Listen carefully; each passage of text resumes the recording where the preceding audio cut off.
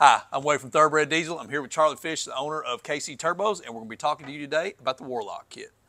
We love the Warlock kit. It's kind of newer for us, but there's a little bit of confusion in the names. I get it. There's a lot of the Whistler, the Warlock. What's the difference? Well, let's talk about the Ford Retrofit kit first. Right. The Ford Retrofit kit was kind of the first aftermarket turbo system released for the 11 to 14 trucks. Now the 15 to 19 are great turbos. Make them bigger, modify them, they're reliable. The 11 to 14, not so much. So Ford released their Ford Retrofit kit. You can take a 2017 turbo and bolt it on an 11. It's a big upgrade in just the turbo itself. Now you can modify it. Yeah. They're better platforms to be building off of. So for years, people sold the Ford Retrofit kit, or people copied the Ford Retrofit kit, whether it came from them or not. And we started looking at different options because the Retrofit kit's huge. It's a lot of pieces. It's a big box. It's expensive to ship. They're often out of stock. I think they're better now, but for a while there, they were nearly impossible to get. Well, we were looking at different options on what we wanted to do, and we came with the Warlock kit.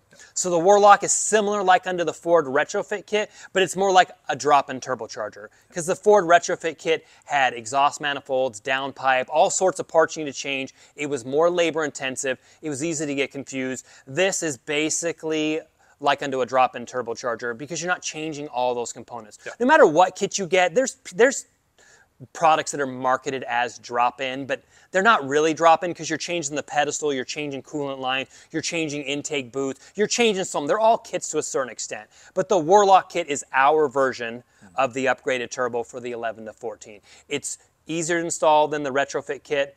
It's quicker, it's less components, it's less confusing. You can save shop time for your customers. But what you do get is you still keep the 17 pedestal, which some kits don't. You keep the 17 platform. So, for example, with our turbocharger on your 11 to 14, you're in the middle of nowhere, you break down, it's a Saturday, the only thing that's open that's Ford. You can take it to Ford and buy a stock 2017 turbo and just swap the turbine housing and you're back up and going on the road. With a lot of those other options, you're broken down till Monday hoping that those people are open, they're not out of stock. It's not a universal part. So it's one of the reasons we stuck with what we call the Warlock kit or the Warlock drop-in turbo, is because it maintains a lot of that same parts from the 17 turbo. So it's much easier for you to replace or modify or rebuild or replace the pedestal down the road. There's more support for it. Yeah. But we do have a lot of options for it, similar to other options in the market. With the Retrofit kit, you were getting a 17 turbo, which we still offer. We offer them built out of Ford or built out of Garrett. It's all stock components. It's like a 150 horsepower upgrade for the 11 to 14 guys, but we have our Stage 1 and Stage 2 also. When you get the Stage 1 Whistler or the Stage 2, you get more performance than the 17 turbo. You get that famous whistle noise. Yeah. You're able to push a little bit more fuel. You're able to push maybe a larger high pressure fuel pump. You're able to push into that 650 to 700 horsepower range, where 17 turbo caps out at like 550 to maybe 575. So we do have lots of sizes, lots of options. And then the Warlock kit's been our biggest seller right now is the Warlock. And I know you guys move a lot of those. Yes. Yep. Yeah, so then different sizes inside those. Can you kind of really talk about, so give us a breakdown on those sizings. So like, let's just say Stage 1, what guy is that? What's the setup on that truck? What is that ride for? So it also depends on the year. So a lot of confusion, Warlock and Whistler. They're all the same sizes, but the Warlock's going to be 11 to 14. Yep. And the Whistler's going to be the 15 to 19 guys. So let's talk 15 to 19. You've got your stock turbo. We make a stock billet plus, which is billet internals, upgrade internal stock size. Yep. And then the Stage 1 is one step up from there. So a stock turbo maxes out at like 550, and they still tow fantastic, obviously. When you get to Stage 1, it still tows well, but now you're starting to push the limits of maybe the stock high pressure fuel pump. When you get to the Stage 2, you know, it's a little harder to tow. We call that our street setup. It still tows great, but if you're towing heavy and all the time, big trailers, high elevation, we tend to try to keep the turbochargers smaller. Yeah. If you want that every bit of power out of your stock fuel system or a slight upgrade to the fuel system, you do the Stage 2. So that's the 15 to 19 guys.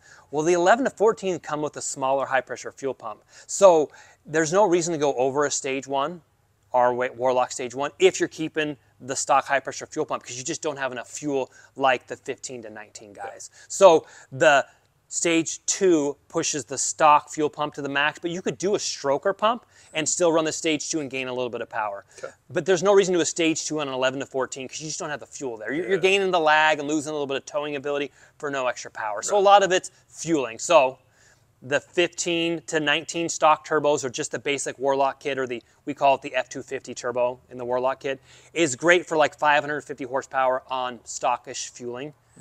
The Stage 1 is great for 15 to 19 fueling and does okay on the 11 to 14, but you're leaving a little bit on the table. Okay. If you're going up to the Stage 2, you better have a 15 to 19 fueling system and know that you're leaving a little bit on the table. Stroker pump is good for the 15 to 19. So it depends on your fueling level. As you go more fueling, bigger high pressure fuel pump, bigger turbo. Yeah, yeah. And with the 15 to 19, that's a big point of pride for you.